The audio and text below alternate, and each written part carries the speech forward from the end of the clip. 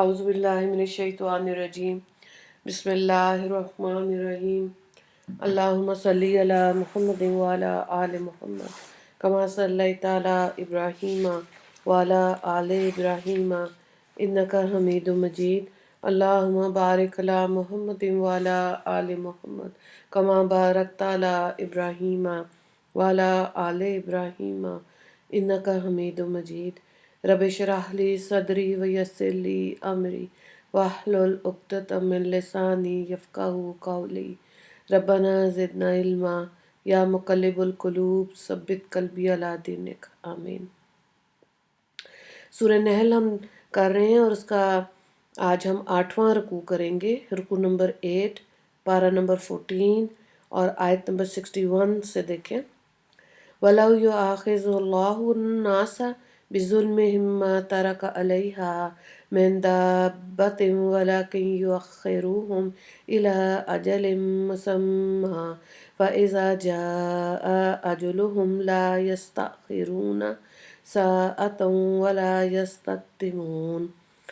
اور اگر اللہ تعالیٰ لوگوں پر ان کے ظلم کے سبب گرفت فرماتے تو سطح زمین پر کوئی حرکت کرنے والا نہ چھوڑتے، لیکن ایک میعاد معین تک مہلت دے رہے ہیں، پھر جب ان کا وقت معین آ پہنچے گا اس وقت ایک ساتھ نہ پیچھے ہٹ سکیں گے اور نہ آگے بڑھ سکیں گے۔ وَيَجْعَلُونَ لِلَّهِ مَا يَكْرَهُونَ وَتَصِفُ أَلْسِنَتُهُمُ الْكَذِبَ أَنَّ لَهُمُ الْحُسْنَى لَا جَرَمَ أَنَّ لَهُمُ النَّارَ وَأَنَّهُمْ مُفْرَطُونَ۔ ترجمے کو دیکھیں، آیت نمبر 62۔ اور اللہ تعالیٰ کے لیے وہ امور تجویز کرتے ہیں جن کو خود ناپسند کرتے ہیں اور اپنی زبان سے جھوٹے دعوے کرتے جاتے ہیں کہ ان کے لیے ہر طرح کی بھلائی ہے۔ لازمی بات ہے کہ ان کے لیے جہنم ہے اور بے شک وہ لوگ سب سے پہلے بھیجے جائیں گے۔ تو ان آیات میں اللہ تعالیٰ کے حلم و کرم کی بات آ رہی ہے کہ اللہ تعالیٰ سب کو مہلت دیتا ہے، ایک دم اللہ کا عذاب سب پر نہیں آتا، لیکن اگر بار بار نشانیاں دیکھنے کے باوجود بھی انسان ضد میں رہے گا تو ظاہر ہے اس کا اپنا نقصان ہوگا۔ اور مشرکین کی بات آئی کہ مشرکین جو ہیں وہ جھوٹے دعوے کرتے تھے اور اپنے لیے اللہ کے لیے انہوں نے فرشتوں کو بیٹیاں قرار دے دیا اور اپنے لیے وہ بیٹوں کو پسند کرتے تھے، کمزور چیز کی نسبت اللہ کی طرف کر دی۔ تو خلاصہ یہ کہ اللہ تعالیٰ کے حلم و کرم، لطف و رحمان کا یہاں پر بیان ہو رہا ہے۔ اور ان آیات کے تحت جو بات خوف کھانے اور ڈرانے کی ہے وہ یہ کہ مفسرین نے لکھا کہ جب اللہ تعالیٰ باوجود حلم اور اپنے وجود کرم کے دنیا میں کسی قوم پر عذاب عام نازل کرنا چاہتا ہے تو حدیث میں ہے کہ وہ عذاب ان سب کو پہنچ جاتا ہے جو اس قوم میں موجود ہو، لیکن قیامت کے دن گنہگار بے گناہ ہر ایک اپنی اپنی نیت پر اٹھایا جائے گا۔ اس کو مسلم نے روایت کی ہے۔ تو اچھی نیتیں کرنا یہ بھی سیکھنا پڑتا ہے تاکہ انسان اچھی سوچ کے ساتھ اپنی زندگی گزارے اور آخرت کے لیے اجر و ثواب کمائے۔ آگے دیکھیں آیت نمبر 63۔ تاللہ لقد ارسلنا الی امم من قبلک فزین لهم الشیطان اعمالهم فهو ولیہم اليوم ولہم عذاب علیم۔ باخدا آپ سے پہلے جو امتیں ہو گزریں ان کے پاس بھی ہم نے رسولوں کو بھیجا تھا، سو ان کو بھی شیطان نے ان کے اعمال مستحسن کر کے دکھائے، پس وہ آج ان کا رفیق ہے اور ان کے واسطے دردناک سزا ہے۔ وما انزلنا علیک الکتاب الا لتبین لهم الذی اختلفوا فیہ وہدی ورحمۃ لقوم یؤمنون۔ اور ہم نے آپ پر یہ کتاب صرف اس واسطے نازل کی کہ جن امور میں لوگ اختلاف کر رہے ہیں آپ لوگوں پر اس کو ظاہر فرماتے اور ایمان والوں کی ہدایت اور رحمت کی غرض سے۔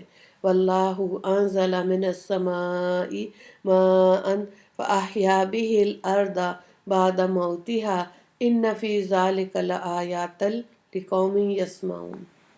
اور اللہ تعالیٰ نے آسمان سے پانی برسایا، پھر اس سے زمین کو اس کے مردہ ہونے کے بعد زندہ کیا، اس میں ایسے لوگوں کے لیے بڑی دلیل ہے جو سنتے ہیں۔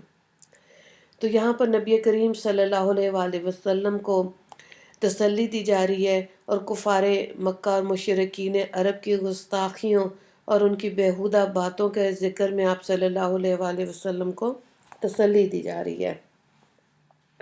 پہلے نبی کریم صلی اللہ علیہ وآلہ وسلم کو خطاب فرمایا جاتا کہ اے نبی، آپ ان کے کفر اور جہالت پر غم نہ کیجیے۔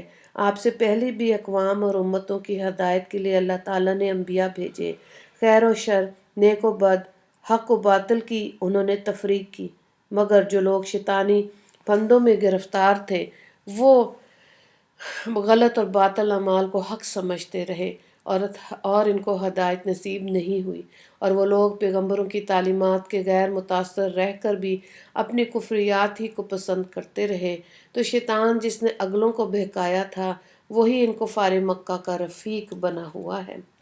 تو یہی بات اس رکوع میں بتائی جا رہی ہے، اور مومن اور کافر کی مثال دے کے سمجھایا جا رہا ہے کہ مومنین کے لیے قرآن پاک کا رحمت ہونا، مردہ دلوں کو زندہ رکھنے کو ایک مثال سے سمجھایا جا رہا ہے کہ جس طرح اللہ تعالیٰ برآن رحمت سے خشک زمین ہری بھری کر دیتا ہے، مردہ زمین میں جان پڑ جاتی ہے اور سبزہ اور کھیت لہلہانے لگتے ہیں، اسی طرح قرآن سے مردہ روحوں میں جان پڑ جاتی ہے، دل میں پاک جذبات پیدا ہونے لگتے ہیں، اور انسان کو دنیا میں سکون محسوس ہوتا ہے، اور شیطان کی جو تحریکیں ہیں اور جو اس کے پھندے، ان سے انسان اپنے آپ کو بچا سکتا ہے جب اس کا تعلق قرآن کے ساتھ مضبوط ہوگا۔ یہاں پہ اس رکوع میں ایک ہی سوال ہے کہ نبی کریم صلی اللہ علیہ وآلہ وسلم کو کیسے تسلی دی جا رہی ہے۔ آیت نمبر 63 کے ریفرنس سے آپ نے جواب لکھنا ہے۔ دعا کر لیتے ہیں۔ یا اللہ، شیطانی حرکات سے ہماری مکمل طور پہ حفاظت فرما دیجیے، اور قرآن پاک کے ذریعے سے ہمارے قلوب کو ہدایت، رحمت نصیب فرما دیجیے۔ ہمارے مردہ دلوں کو قرآن پاک سے زندگی عطا فرما، اور اس کی ظاہر میں، باطن میں ہم کو پابندی اور اتباع نصیب فرما دیجیے۔ اے اللہ، یہ آپ کا کرم رحم جو ہم اس روئے زمین پر سانس لے رہے ہیں، اے اللہ، آپ نے اپنے فضل سے جو ہماری پردہ پوشی دنیا میں فرمائی ہے، آخرت میں بھی ہمارے ایوب کی ستاری فرما دینا، اور اپنی مغفرت سے ہمیں نواز دینا۔